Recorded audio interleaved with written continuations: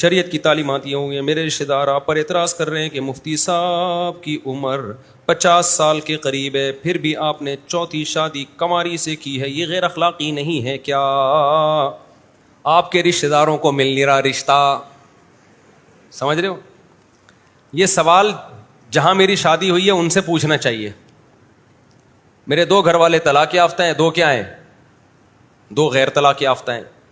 تو اور حقیقت یہ ہے, میں بار بار بتاتا ہوں, میں مذاق نہیں کر رہا ہوتا, میں جھوٹ نہیں بول رہا ہوتا. میں نے نکاح کا پیغام پاؤں سے معذور لڑکیوں کو بھی بھیجے ہیں, نکاح کا پیغام ہم نے لکوا کی مریضہ خاتون کو بھی بھیجا ہے, بہری خواتین, گونگی بہری خواتین کو بھی بھیجا ہے. کسی نے ہمیں قبول نہیں کیا, ریجیکٹ کر دیا. سوسائٹی کا گرا ہوا مال سمجھا ہم سے کہ مولوی اس قابل نہیں ہے کہ ہم اس کی تیسری بیوی بنے, اگرچہ ہم پاؤں سے معذور ہیں, یہ اس قابل نہیں ہے. سمجھتا ہے کہ نہیں سمجھتا ہے؟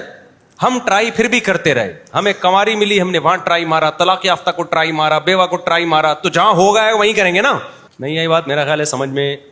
تو جہاں ہوگی ہم کیا کریں گے, تو ہم وہیں کریں گے. تو اب یہ اعتراض تھرڈ پرسن کو نہیں ہونا چاہیے, یہ اعتراض ہونا چاہیے لڑکی والوں کو کہ آپ نے ہماری کنواری بیٹی سے شادی کیوں کی. آپ 50 سال کے ہونے والے ہو, آپ کے کبھی 15.25 کی رپورٹ ہوتی ہے, کبھی 16.25 کی رپورٹ ہوتی ہے, اتنی بچوں کے لے کے آپ گھوم رہے ہو, پہلے سے آپ کی اتنی شادیاں ہیں, تو آپ کی یہ جرت کیسے ہوئی آپ نے ہمارے گھر نکاح کا پیغام بھیجا؟ یہ ان کو اعتراض ہونا چاہیے تھا. ان کو اعتراض ہوتا تو میں نہیں بھیجتا, میں کہتا میں نہیں بھیج رہا, ٹھیک ہے آپ کو اچھا نہیں لگ رہا, میں نہیں. جب ان کو اعتراض نہیں ہے اور وہ خوش ہیں الحمدللہ, میرے سسرالوں سے الحمدللہ اب تک کی رپورٹ کے مطابق خوش ہیں, تو جب وہ خوش ہیں, وہ سمجھ رہے ہیں کہ ہمارے بچوں کے ساتھ اچھا ہو گیا, اچھا گھر مل گیا, ان کو خوش ہے, خوش زندگی گزار رہے ہیں وہ, تو پھر یہ پڑوسیوں کو یا محلے میں یا کسی اور کو تکلیف ہو رہی ہے, تو یہ تکلیف اس کی علامت ہے, اس کو کوئی معذور بھی نہیں مل رہی. تو وہ میرا وہ والا غم ہے جو پہلے مجھے ہوا کرتا تھا.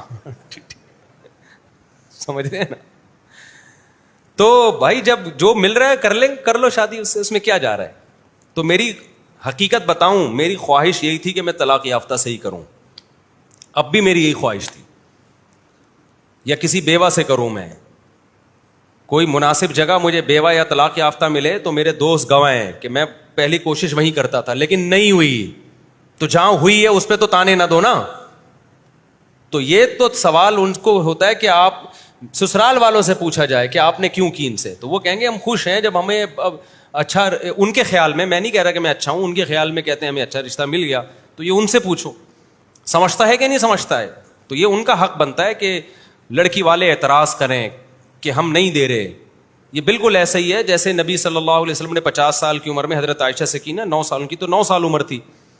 تو غیر مسلم اعتراض کرتے ہیں تو ظلم ہے. حضرت عائشہ سے پوچھو گے تو وہ کیا کہیں گی, ظلم ہے. وہ کہیں گی بھائی میرے لیے دنیا میں اس سے زیادہ خوش قسمتی کی بات کوئی ہے نہیں. تو جب امی عائشہ خوش ہیں تو آپ کو کیا پریشانی ہو رہی؟ میں یہ نہیں کہہ رہا ہمارے گھر والے حضرت عائشہ کی طرح مجھ سے خوش ہیں, کیونکہ بیان سنتے ہیں اور بھگتنا میں نے ہی پڑتا ہے گھر جا کے کہ اتنا پھینکنے کی آپ کو اجازت نہیں ہے. انڈے لینے بھیجا تھا, 2 گھنٹے کا بیان کر کے آئے, مگر اب تک انڈے گھر پہ نہیں آئے. تو میں نہیں کہہ رہا ہمارے گھر والے مجھ سے اتنا خوش ہیں, لیکن پریشان اتنے ٹینشن میں نہیں ہے جتنا یہ پرچی والے ٹینشن میں, اتنی ٹینشن میں نہیں ہے. سمجھ میں آ رہی بات؟ اتنی ٹینشن میں نہیں ہے جتنا یہ جس نے پرچی دی ہے نا ان کے رشتہ دار ٹینشن میں آئے ہوئے ہیں. تو وہ ان سے گھر والوں سے ملیں گے, بولیں گے الحمدللہ ہم خوش ہیں, ہمیں خوشی ہے. سمجھتا ہے. تو جب ان کو کوئی پریشانی نہیں ہے, ہمیں کوئی پریشانی نہیں ہے, تو پھر باقیوں کو کیوں پریشانی ہو رہی ہے؟ پھر یہ پریشانی اس کی علامت ہے کہ کیوں کر رہا ہے یہ. ٹھیک ہے نا؟ تو میں حقیقت بتاؤں, میں نے ابھی بھی طلاق یافتہ بیواؤں کی طرف زیادہ پیغام بھیجے تھے, لیکن نہیں ہوئی. ہو سکتا ہے بہت سی بیواؤں کے فون آنا شروع ہو جائیں, اچھا ہم نے تو آپ کی طرف پیغام بھیجا تھا تو آپ نے ریجیکٹ کر دیا تھا. تو بھائی صرف بیوہ یا طلاق یافتہ ہونا کافی نہیں ہے. اب کوئی میرا بھی تو دل مائل ہو نا, خالی یہ تھوڑی کہ بیوہ یا طلاق یافتہ ہو, تو میرا بھی تو دل مائل ہو نا. اگر ایسے ہی کوئی شادی کا مطلب یہ ہے کہ کوئی بھی آ جائے کچھ بھی کر لو, تو پھر تو وہ نکاح تھوڑی رہتا ہے, پھر تو آپ کو بیوی سے محبت ہی نہیں ہوگی.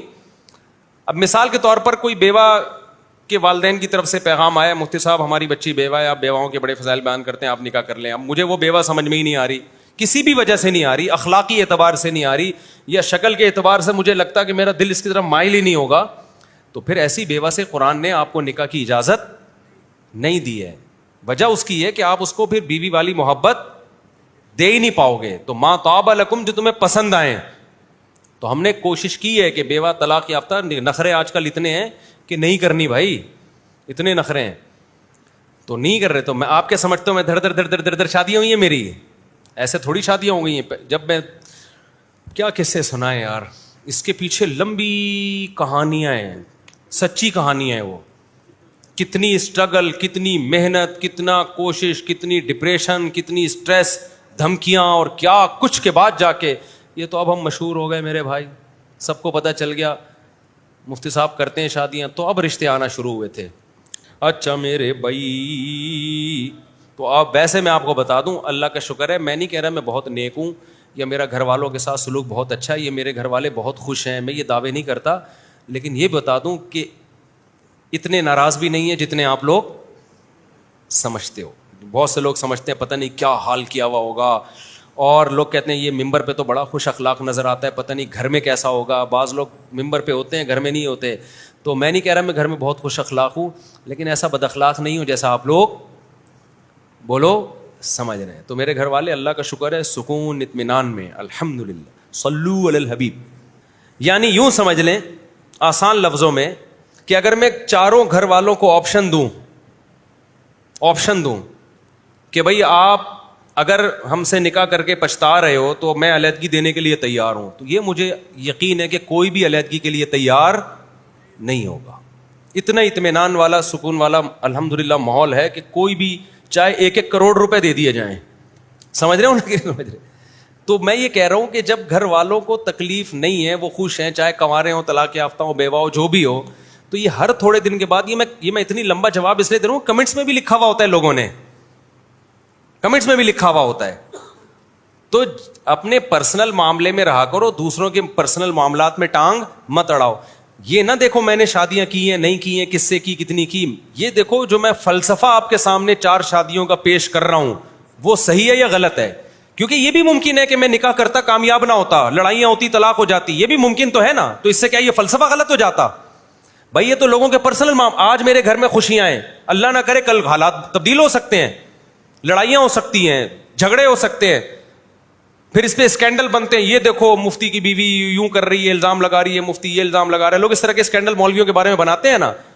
بات یہ کہ وہ میری پرسنل معاملات ہیں, اچھے ہیں یا برے ہیں. میں جو فلسفہ پیش کر رہا ہوں کہ 4 شادیوں والا یہ معاشرے کی ضرورت ہے, اس فلسفے میں بات کیا کرو کہ یہ ٹھیک ہے یا غلط ہے. وہ فلسفے کو کوئی غلط نہیں کہہ سکتا. نجی حالات تو کبھی اچھے بھی ہوتے ہیں, کبھی برے. نبی کی زوجہ کو طلاق ہوئی ہے کہ نہیں ہوئی ہے؟ آپ صلی اللہ علیہ وسلم کی ایک زوجہ سے علیحدگی بھی ہوئی ہے, رخصتی سے پہلے ہی علیحدگی ہوئی ہے.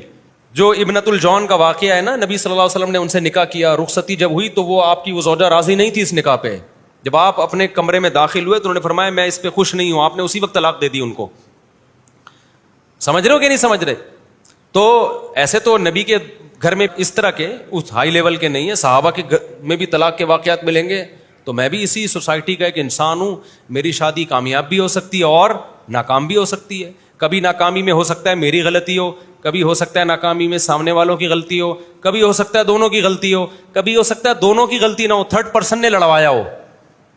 تو میں اس سوسائٹی کا ایک نارمل انسان ہوں, اور میں کبھی یہ دعوے نہیں کرتا کہ میں کامیاب میاں ہوں یا کامیاب گھر کا سربراہ ہوں. بھائی اللہ تعالیٰ گھر چلاتا ہے, چل جاتا ہے, نہیں چلتا تو بڑے اچھے اچھوں کے گھر ہم نے ٹوٹتے ہوئے دیکھے ہیں. تو جو مشہور لوگ ہوتے ہیں, چاہے میں ہوں یا کوئی اور ہو, ان میں بھی شادیاں کامیاب بھی ہوتی ہیں اور ناکام بھی ہوتی ہیں. جب کامیاب ہوں گی تو لوگ کہتے ہیں واہ واہ, ناکام ہوتی ہیں لوگ کہتے ہیں لو لو لو لو. دوسروں کو تو شادیوں کی ترغیب دیتے ہیں, اپنا گھر بسا نہیں پا رہے. نہیں بھائی, اگر کسی کا اپنا گھر نہیں بس رہا تو بھی شادیوں کی ترغیب پھر بھی شریعت میں رہے گی. سمجھتے ہو کہ نہیں سمجھتے؟ چاہے اپنا گھر بسا پا رہا ہو یا بسا نہ پا رہا ہو, اسلام میں نکاح پھر بھی ترغیب یافتہ ہی رہے گا. وہ پھر بھی لوگوں کو موٹیویٹ کیا ہے, یہ نہیں بس رہا دوبارہ کرو. ہاں فرق یہ ہے کہ بعض لوگوں کا گھر ٹوٹتا ہے تو مایوس ہو کے بیٹھتے ہیں اب تو شادی کرنی نہیں ہے. بعض لوگوں کا گھر 100 دفعہ بھی ٹوٹے, وہ 100 دفعہ کیا کرتے ہیں, پھر دوبارہ گھر بنانے کی کوشش کرتے ہیں. کیونکہ آپ دیکھو یہ تو نیچر ہے نا انسان کی, بیوی کے بغیر نہیں رہ سکتا. تو میں تو بڑے فخر سے کہتا ہوں الحمدللہ بھائی ہم تو کمزور لوگ ہیں, ہم بیگم کے بغیر نہیں رہ سکتے. اللہ نہ کرے ہمارا گھر, اللہ نہ کرے, اللہ نہ کرے, اللہ نہ کرے 100 دفعہ ٹوٹنے کا الحمدللہ کوئی چانس بھی نہیں ہے, پھر بھی ٹوٹ گیا تو پھر دوبارہ جوڑیں گے. کیا خیال ہے؟ ہم تو نہیں رہ سکتے بھائی، سیدھی سی بات ہے. آپ لوگ رہ سکتے ہو گے. اب میرے گھر والے سن لیں گے، بولیں گے اچھا ان چاروں میں سے ایک شارٹ ہوئی تو دوبارہ. تو اس کا جواب یہ کیوں شارٹ ہوگی؟ اللہ نہ کرے میری عمر سب سے زیادہ ہے، شارٹ ہونے کا چانس میرا زیادہ ہے. ٹھیک ہے نا. میرے گھر والے پوچھتے ہیں یعنی اب اس کا مطلب اگر ایک کا انتقال ہو گیا تو میں نہیں چاہتا کسی کا انتقال ہو، واقعی دل سے نہیں چاہتا میں. تو میں یہی جواب دیتا ہوں کہ میرا پہلے انتقال کا چانس کیا ہے. ویسے بھی جس کی 4 ہو جائیں نا تو بس اب انتقال سمجھو قریبی ہے. ٹھیک ہے. اب کیا ہے، اب جتنے بھی انتقال کے اسباب تھے سارے جمع ہو گئے، اب تو انتقال ہی رہ گیا. کیا خیال ہے بھائی؟ جس کی 4 ہو گئی اب کچھ رہ گیا؟ صرف انتقال رہ گیا اس کے لیے.